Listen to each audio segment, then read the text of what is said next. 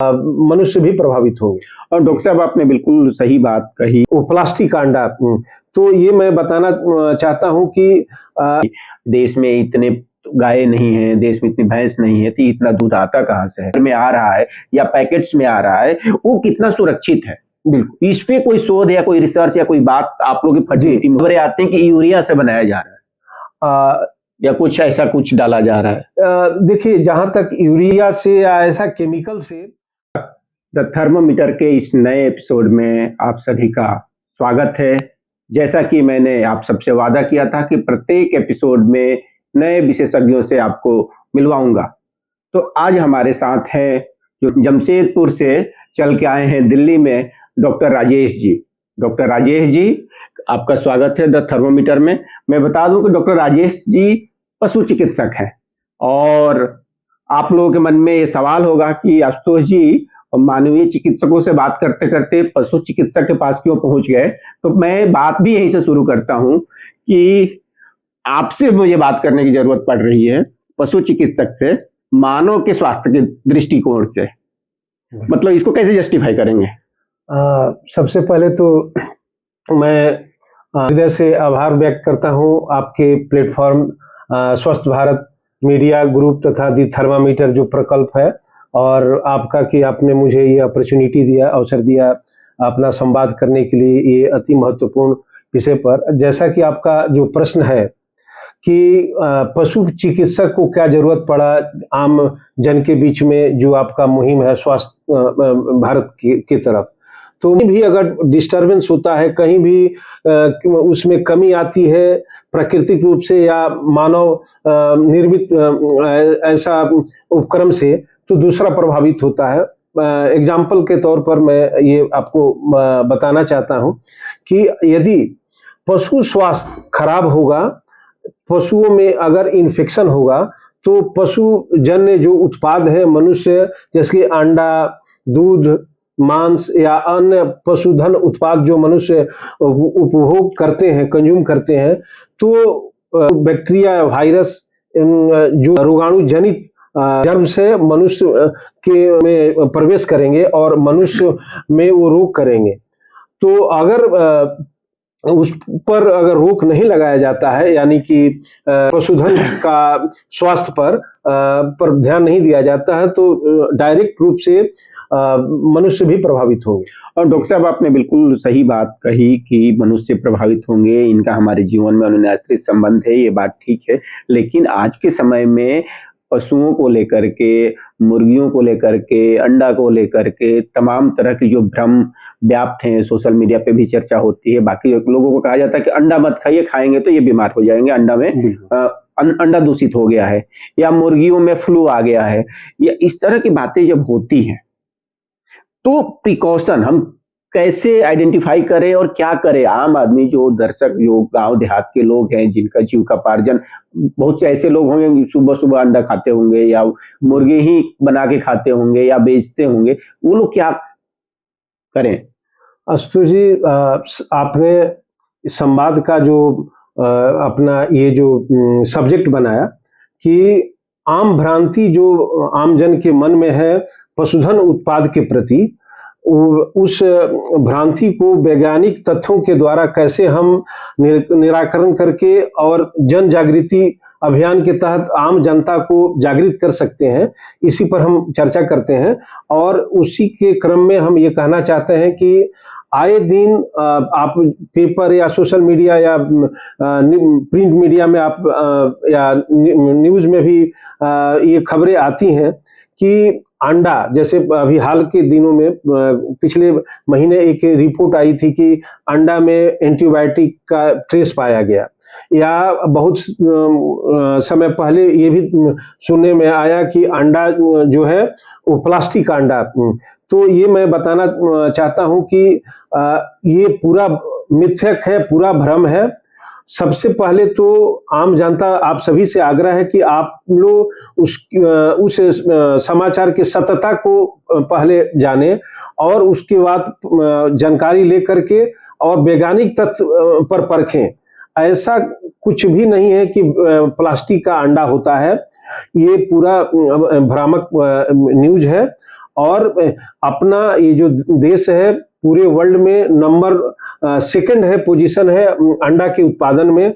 और पूरे वर्ल्ड में हम ये बोल सकते हैं कि इंडिया नंबर 1 है टेक्नोलॉजी के माध्यम में, कि सबसे चीप माने कॉस्ट में सस्ता अंडा का उत्पादन और वैज्ञानिक तरीके से गुणवत्तापूर्ण अपने भारत देश में होता है। और हम निर्यात कर रहे हैं, अंडों का हम निर्यात कर रहे हैं।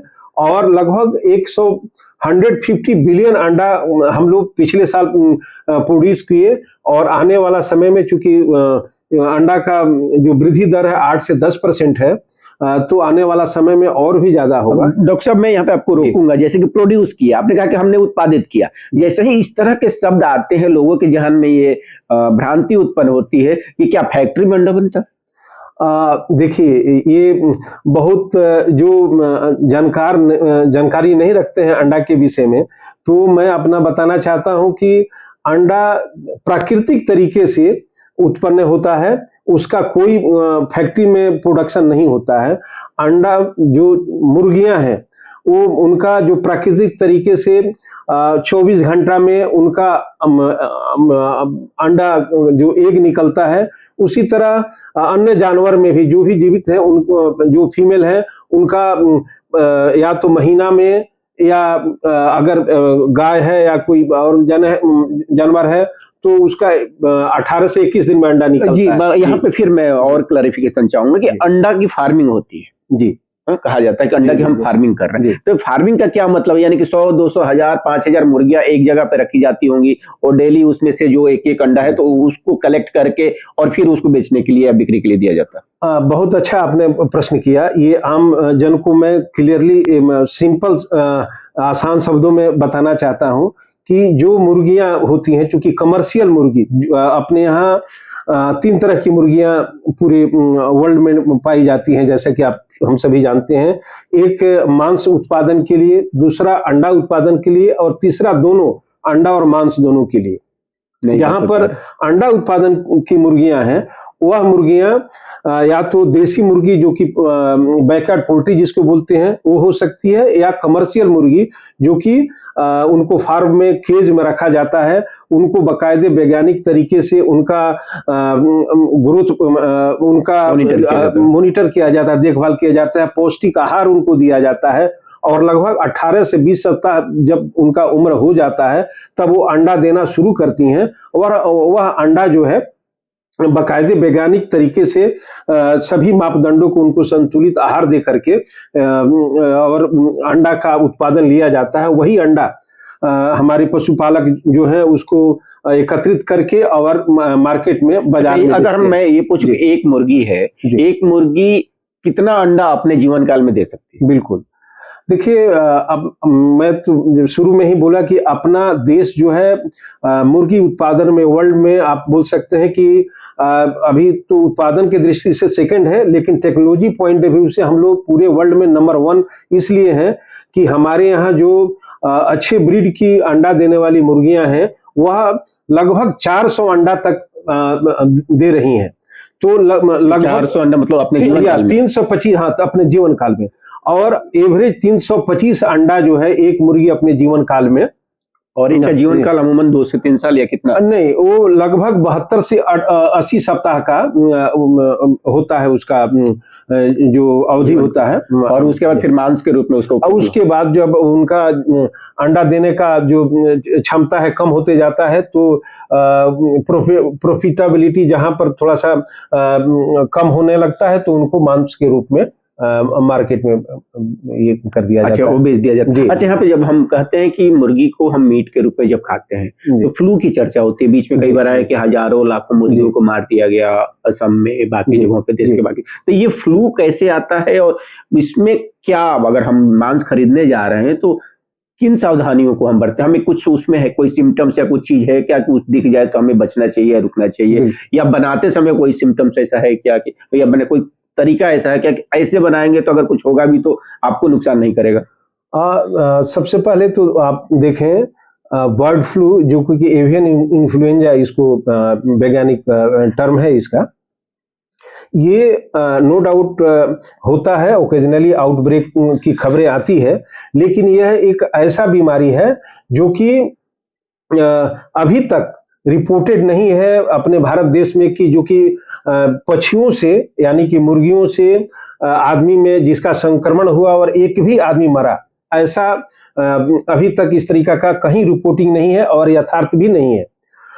जहाँ तक अपने भारत में कमर्शियल मुर्गी फार्मिंग चाहे बैकयार्ड पोल्ट्री फार्मिंग का भी सवाल है, तो ये उच्चतम माने हाई स्टैंडर्ड मापदंड पर देख रेख में बायोसिक्योरिटी मेंटेन करके मुर्गियां पाली जाती है, जहां पर कि बायोसिक्योरिटी वैक्सीनेशन समय पर दिया जाता है और ये रोग लगभग नहीं के बराबर होता है। कहीं अगर आउटब्रेक होता है तो सरकार का इस तरीका का मैकेनिज्म है, इस तरीका का तंत्र है कि जहां पर रिपोर्टिंग तुरंत जो है सरकार के द्वारा की जाती है और उसका डिक्लेरेशन होता है और उसके बाद जो है उस क्षेत्र में की जो भी मुर्गियां हैं उसको कलिंग कर दी जाती है। उस क्षेत्र में जो भी मुर्गी फार्मिंग है एक खास लगभग 3 महीना के दौरान तक वहां पर फार्मिंग नहीं की जाती है, कि वहां प्रोटोकॉल है जिसको प्रोटोकॉल लागू किया जाता है।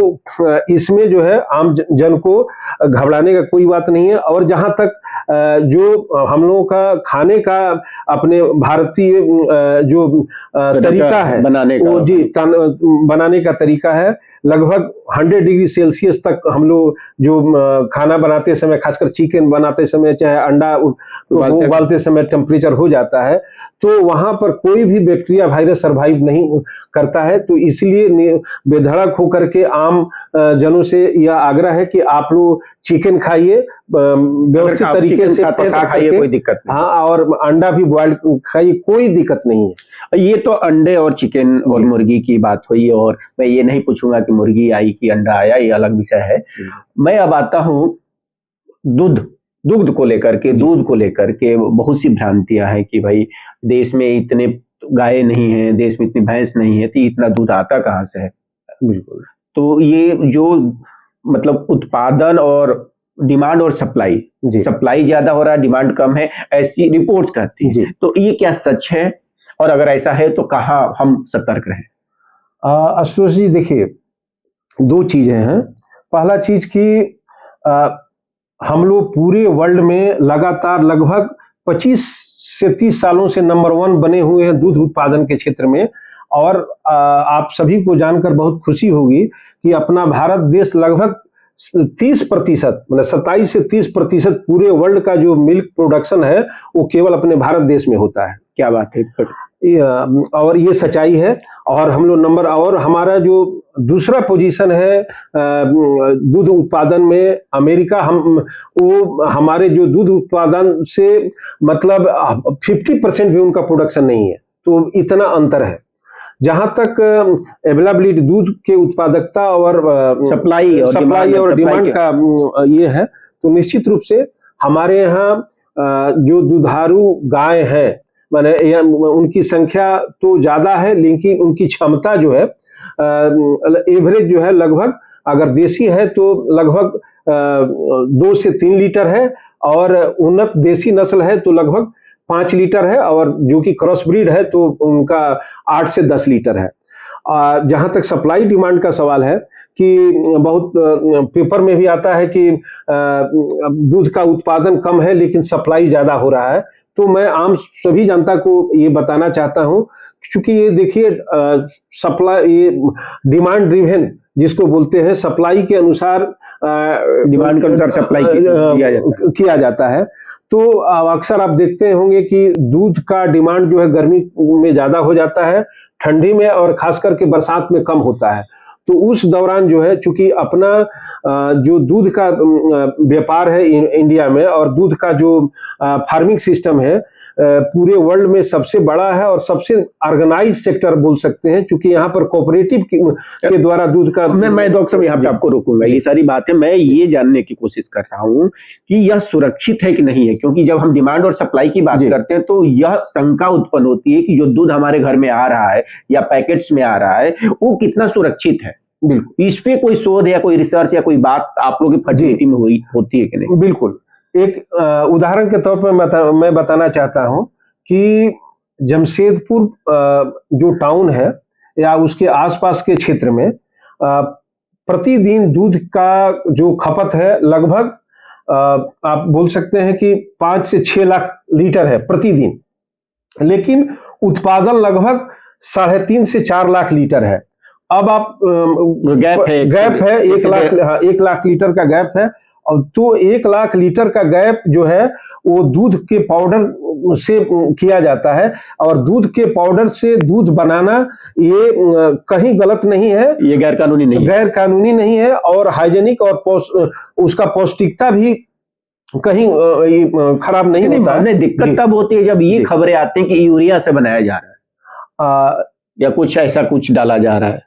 देखिए, जहां तक यूरिया से या ऐसा केमिकल से जो खबरें आती हैं तो उसमें 99.9% भ्रामक खबरें होती हैं, और कोई एक आदमी इस तरीका का अगर करता भी है तो कभी भी हमारे आज के दिन में जो भी कंज्यूमर है, जो भी इसका कंजम्पशन करते हैं, दूध पीते हैं, या जो भी पशुधन जो मतलब खाने वो टेस्ट और उससे वो समझ जाएंगे, उतना अवेयर है, जागरूक है कि उनको तुरंत पता चल जाता है। और वो जो व्यक्ति इस तरीका का करता है वो कहीं सर्वाइव भी नहीं कर सकता है। तो मेरे ख्याल से ये कभी-कभी मतलब सोशल मीडिया पर खबरें आके भ्रम है, मतलब बहुत ज्यादा इस पर ध्यान देने की जरूरत नहीं है, आप ये कह रहे हैं। जी। अब एक और सवाल है कि जो पशुपालक है, गाय है, बाकी चीज है, आप वेटनरी डॉक्टर है, पशु चिकित्सक है, पशु चिकित्सक के पास एक पशुपालक मान लीजिए को गाय का पालन कर रहा है, 1-2 गाय को रखा है, कब उसको ले जाना चाहिए? क्या कुछ जैसे हम लोगों के आए कि इम्यूनाइजेशन चलता है कि भाई बच्चों को शुरू से लेके इतने तक टीका लगाना है, तो कुछ आपके यहाँ भी इस तरह का कोई सिस्टम है क्या कि अगर हमने पशु का पालन किया है तो उसको भी टीका समय पर लगवाना है या उसे सुरक्षित रखना है? देखिए, चूंकि अपने देश में माननीय प्रधानमंत्री जी के द्वारा नेशनल लाइव स्टॉक मिशन और national animal disease control program शुरू हुआ। एनिमल डिजीज कंट्रोल प्रोग्राम के तहत एक मोबाइल वेटनरी यूनिट प्रत्येक ब्लॉक में है। इंडिया के जितने भी ब्लॉक हैं लगभग सभी ब्लॉक में मोबाइल वेटनरी यूनिट है, और उस मोबाइल वेटनरी यूनिट 1962 एक टोल फ्री नंबर है, और 1962 जी, उस पर अगर घर बैठे कोई किसान अपने पशु का इलाज के लिए या टीकाकरण के लिए, कृत्रिम गर्भाधान के लिए अगर कॉल करता है तो बाकायदे निःशुल्क जो है वह मोबाइल वेटनरी यूनिट, जिसमें कि बाकायदे डायग्नोस्टिक किट भी है, वहां पर ट्रेंड पैरावेट भी हैं, उसमें जो रजिस्टर्ड वेटनरी डॉक्टर भी हैं, वहां पर जाएंगे, इलाज करेंगे और जो है उसको जानकारी भी देंगे निःशुल्क। तो इस तरीका की सुविधा है। इसके अलावा लगभग प्रत्येक ब्लॉक स्तर पर भी पशु अस्पताल, सरकारी पशु अस्पताल है, और अभी तो चूंकि सरकार इस तरीका का, चूंकि अपना इंडिया इतना एडवांस वेटनरी सेक्टर में हो गया है, यहाँ पर digital animal health card government उसकी सुविधा दे रही है। इसके अलावा AI इनेबल्ड जो है डायग्नोस्टिक टूल्स आ गए हैं।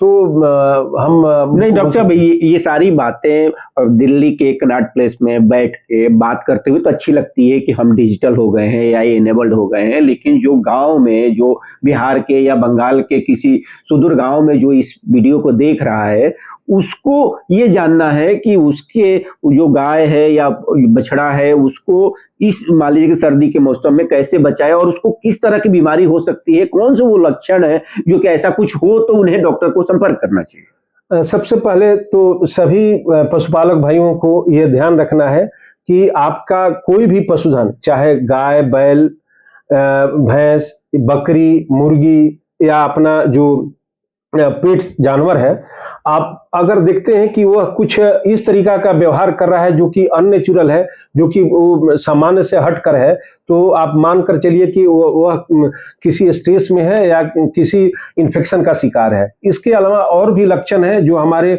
पशुपालक भाई जिनके पास जानवर रहते हैं, जो रखते हैं, वो जान जाते हैं कि उनका पशु का बुखार हो गया या खाना जब छोड़ देता है या उसका जो आप बोल सकते हैं पेशाब या जो लैट्रिन है उसमें कुछ असामान्य ये परिस्थिति या उस तरीका का कंडीशन आता है, तो ये मानकर चला जाता है कि वह जानवर बीमार हो गया है। तब हमारे पशु पालक भाई पशु चिकित्सक से संपर्क करते हैं और उसके लिए सरकार इस तरीका का व्यवस्था की है। टेली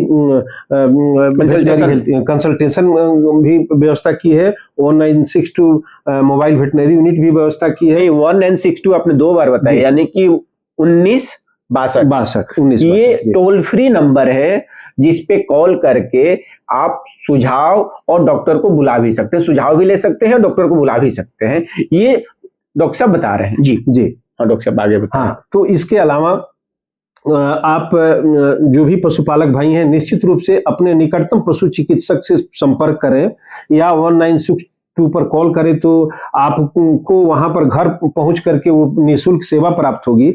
इसके अलावा आप थोड़ा जागरूक बने अपने पशुओं को, जैसे ठंडी के दिन में उनका रख रखाव कैसे करना है, गर्मी के दिन में कैसे करना है, बरसात के दिन में कैसे करना है।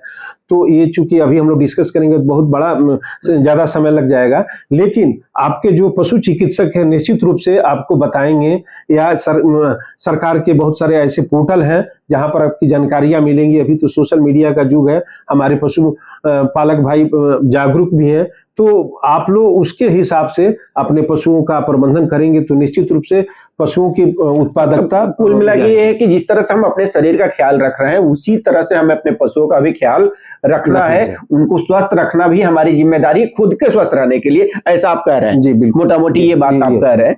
अब डॉक्टर साहब मैं इसी बातचीत को थोड़ा और आगे बढ़ाता हूं कि हम लोग पशु पालन तो कर लेते हैं, आपने पेट्स की चर्चा की कि पेट्स भी हम रखते हैं, तो पेट्स को लेकर के समाज में तमाम तरह के खासतौर से जो डॉग्स हैं, जो अब कुत्ता मैं कहूंगा तो कुत्ता कहना शायद अच्छा ना लगे उस लोगों को, लेकिन मतलब ये लिटरल ट्रांसलेशन है, अब कुत्ता जी मैं बोल सकता हूं। अगर जो कुत्ता जी लोग हैं उनको किस तरह से रखा जाए, क्योंकि सोसाइटी में डॉग्स को लेकर के, डॉग्स बाइट को लेकर के बहुत से झगड़े हो रहे हैं अभी समय में।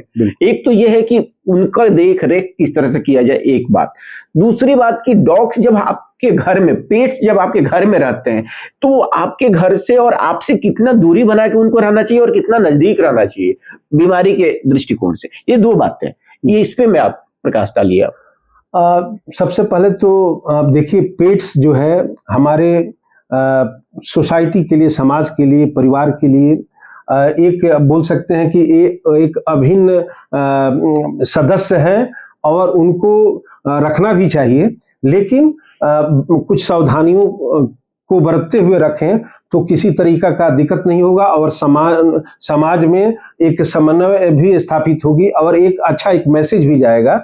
लेकिन अभी जो आपने प्रश्न उठाया कि इस तरीका के बहुत तरह के समाज में या आए दिन न्यूज़पेपर में भी आते हैं कि एक्सीडेंट जो कि स्ट्रे एनिमल के द्वारा प्रोन से हो जाता है या डॉग बाइटिंग का केसेस। तो हाल ही में मेरे ख्याल से 2 दिन पहले माननीय उच्च न्यायालय ने यह वर्डिक्ट भी दिया है कि जो भी जो स्ट्रे एनिमल्स हैं, जो भी आवारा जानवर हैं, जिसमें आप डॉग भी बोल सकते हैं, उनको सही तरीके से उसका मैनेजमेंट कैसे हो सके।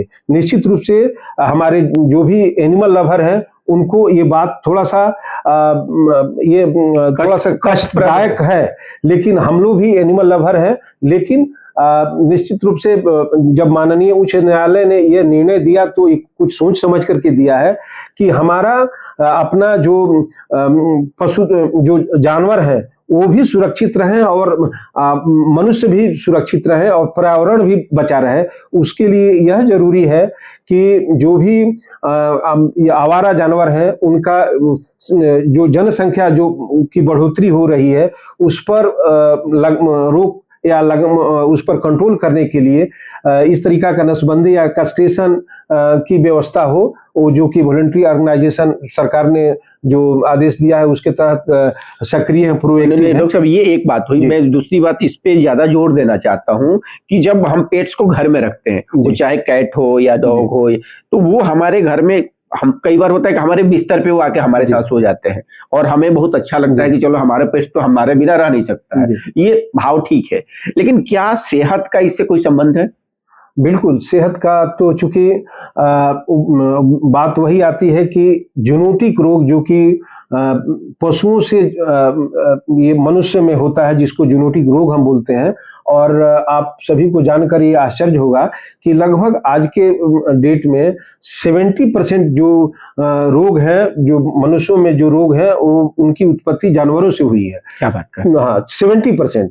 और उसमें आप जो पेट्स का जहां तक सवाल है, उसमें तो अगर आप रखते हैं, हम अगर रखते हैं तो अपने परिवार के सदस्यों को, खासकर छोटे बच्चों को जरूर उनके व्यवहार के विषय में जानकारी दें और उनको इस तरीका से रखें। एक रिस्पॉन्सिबल पेट ओनर के रूप में हम लोगों को बनना होगा, एक जवाबदेह आप पेट ओनर हमको बनना होगा कि उनको सही समय पर टीकाकरण कराएं, उनका स्वास्थ्य जांच कराएं, उनका डिवॉर्मिंग कराएं तथा उनका जो है समय पर अगर कास्ट्रेशन हो तो नसबंदी कराएं।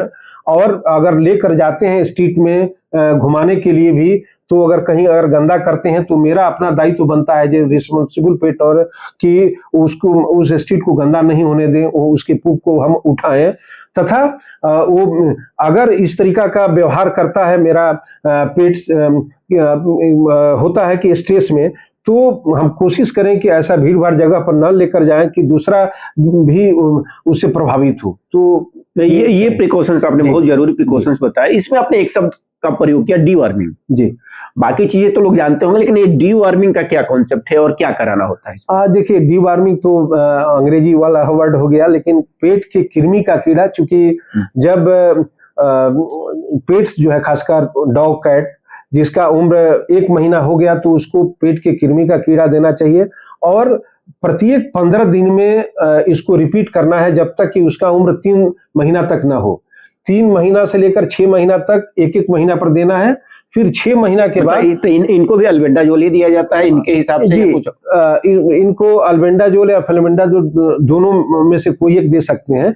लेकिन जब 6 महीना से ऊपर हो जाते हैं, अगर वो ये प्रेग्नेंट है, तो डॉक्टर के सलाह पर उनको फेल्बेंडाजोल ही एडवाइस किया जाता है, या और भी बहुत तरह के ब्रॉड स्पेक्ट्रम सॉल्ट जो है, यानी जो प्रेगनेंसी से। यानी कुल मिला के ये है कि अगर आप पेट्स रख रहे हैं तो पेट्स के स्वास्थ्य के बारे में जो जानकारी है, मूलभूत जानकारी है, उसको भी आप जान लीजिए और वो डॉक्टर से सलाह लीजिए कि भाई पेट्स है, ये इतने साल का हो गया, इतने महीना का हो गया, किस तरह से इसका व्यवहार इस तरह से परिवर्तित सही समय पर टीका, खासकर जी एंटी रेबीज का जो टीका, जो रेबीज जो कि सबसे घातक बीमारी है, एक बार अगर किसी को भी हो गया तो उसका इलाज नहीं है, उसका मृत्यु तय है। तो इसके लिए वो जरूरी है। अच्छा, इसमें बिल्कुल डॉक्टर साहब, एंटी रेबीज डॉक्टर साहब ने कहा, एंटी रेबीज हम सुनते हैं तो अमूमन हमें लगता है कि ये डॉग बाइट्स के लिए बात कर रहे हैं, लेकिन एंटी रेबीज में और भी जानवर आते हैं जी, वो कौन कौन से हैं और किन किन से बचना हो? देखिए, जो भी वार्म ब्लडेड है, जो पेट्स में है, खास करके जो हम अपना डॉग हो गया, कैट हो गया, ये तो एंटी रेबीज का इनका तो टीका देना ही होगा। इसके अलावा अगर और भी ऐसे, जैसे बंदर ने काट लिया, अगर काट लिया, बंदर ने काट लिया, तभी एंटी रेबीज का टीका लेना है, क्योंकि हो सकता है कि वो कभी ग्रसित इन्फेक्टेड किसी रेबीज इन्फेक्टेड किसी जानवर से उसको काटा हो, तो उसके द्वारा संक्रमण मनुष्य में होने की आशंका है। जी। तो मतलब ये है कि हमें सतर्क रहना है कुल मिला के, जो भी पेट्स है, जो भी जानवर है, उनके स्वास्थ्य और सेहत को लेकर के, साफ सफाई भी। और डॉक्टर साहब, ये बात तो 2 बातें हम लोगों ने की। तीसरी बात मैं ये जानना चाह रहा हूँ, क्योंकि आप सरकार से जुड़े हुए हैं, आप एक गवर्नमेंट चिकित्सक हैं, तो सरकार और क्या क्या कर रही है वेटनरी के क्षेत्र में? आपने जैसे पहले कहा कि वेटनरी के क्षेत्र में हम बहुत वैश्विक स्तर पे आगे जा रहे हैं, तो उन पहलुओं पर थोड़ा सा आप प्रकाश डालिए। देखिए, जहाँ तक वेटनरी साइंस इंडिया में उसका जो रिसेंट डेवलपमेंट का सवाल है, तो हम लोग एट पार अब बोल सकते हैं कि उतना तो नहीं पहुंचे, लेकिन एट पार हम लोग पहुंचने वाले हैं यूरोपियन स्टैंडर्ड के। और लेकिन अभी भी जहाँ तक आपने बताया कि देहात क्षेत्र में जहाँ पर जो फैसिलिटी एक्सेसिबल उपलब्ध नहीं है, वहाँ पर चैलेंजेज है। और सरकार ने उसी को ध्यान में रखते हुए इस तरीका का, जैसे कि मोबाइल वेटनरी यूनिट शुरू की। इसके अलावा पारावेट, पशु सखी, इस तरीके की दीदियों को ट्रेनिंग दे करके उनको देहात क्षेत्र में, रूरल एरिया में उनको प्रशिक्षित किया है कि हमारे जो भी पशुपालक भाई हैं उनको मदद हो सके और जानकारी, जो लेटेस्ट जानकारी है, उनको प्राप्त किया जा सके। इसके अलावा सुपर स्पेशलाइजेशन अब आप देख सकते हैं पेट्स में, खास करके कि आई स्पेशलिस्ट हो गया, ऑर्थोपेडिक्स है, कार्डियो स्पेशलिस्ट है। तो ये जो है अब अपने इंडिया में जो भी शुरू हो गया है, और पढ़ाई भी शुरू हो गई है। और जहाँ तक सुपर स्पेशलिटी हॉस्पिटल अच्छे अच्छे टाउन में, जो कि आप बोल सकते हैं जो भी मेट्रो टाउन में खुल गए, मतलब ये धीरे धीरे, मतलब ये इकोसिस्टम डेवलप हो रहा है। और पशुओं के स्वास्थ्य को लेकर के सरकार सजग है। हमें जागरूक होने की जरूरत है, क्योंकि जो पशुओं का स्वास्थ्य है उसका सीधा संबंध हमारे स्वास्थ्य से जोड़ता है। और जैसा कि आपने कहा कि वन हेल्थ वन वर्ल्ड, यानी कि एक स्वास्थ्य एक विश्व का जो परिकल्पना है, जो संकल्पना है, और जिसको लेकर के हमारी सरकार, खासतौर से प्रधानमंत्री नरेंद्र मोदी जी बहुत काम कर रहे हैं। और इसी दिशा में यह एक तरह से एक प्रकल्प है। मान के चलिए कि अगर जब हम कहते हैं कि 2047 में हमें भारत को स्वस्थ और विकसित बनाना है, तो विकसित बनाने में स्वास्थ्य वाला जो प्रकल्प है, उसमें ये वन हेल्थ का जो कॉन्सेप्ट है, ये बहुत जरूरी है। और ये तभी होगा जब आप सभी डॉक्टर साहब ने जो बातें बताई उसका पालन करेंगे। अब हमारा काम है एक पत्रकार होने के नाते कि मैं वैसी सूचनाएं जिस पे कम चर्चा हो रही है, स्वास्थ्य पे वैसे भी कम चर्चा होती है, मैं आप लोग तक लेके आऊं। लेकिन आपका काम है कि इस सूचना को अपने बाकी मित्रों, बाकी साथियों, बाकी पशुपालकों, जो जिस विषय के बारे में है उस विषय से संबंधित लोगों तक पहुंचाएं, ताकि एक पॉजिटिव संदेश लोगों के बीच में जाए। और जितनी भी अतथ्यात्मक मिस इन्फॉर्मिंग इंफॉर्मेशन है उससे आप बच सके। और मेरी भी कोशिश यही है कि द थर्मामीटर में वैसे लोगों को मैं लेके आऊं, ताकि आपको तथ्यपरक जानकारी मिले और सही बात मिले, और जितने भी मिथक है स्वास्थ्य से जुड़े हुए उसको हम लोग दूर कर सकें। अगले अंक में हम फिर किसी नए मेहमान को लेकर के आएंगे। तब तक के लिए धन्यवाद। लेकिन चैनल जो ये द थर्मामीटर का नया चैनल हमने बनाया है, इसको जरूर सब्सक्राइब कर लें और अपने मित्रों से भी सब्सक्राइब कराएं। धन्यवाद।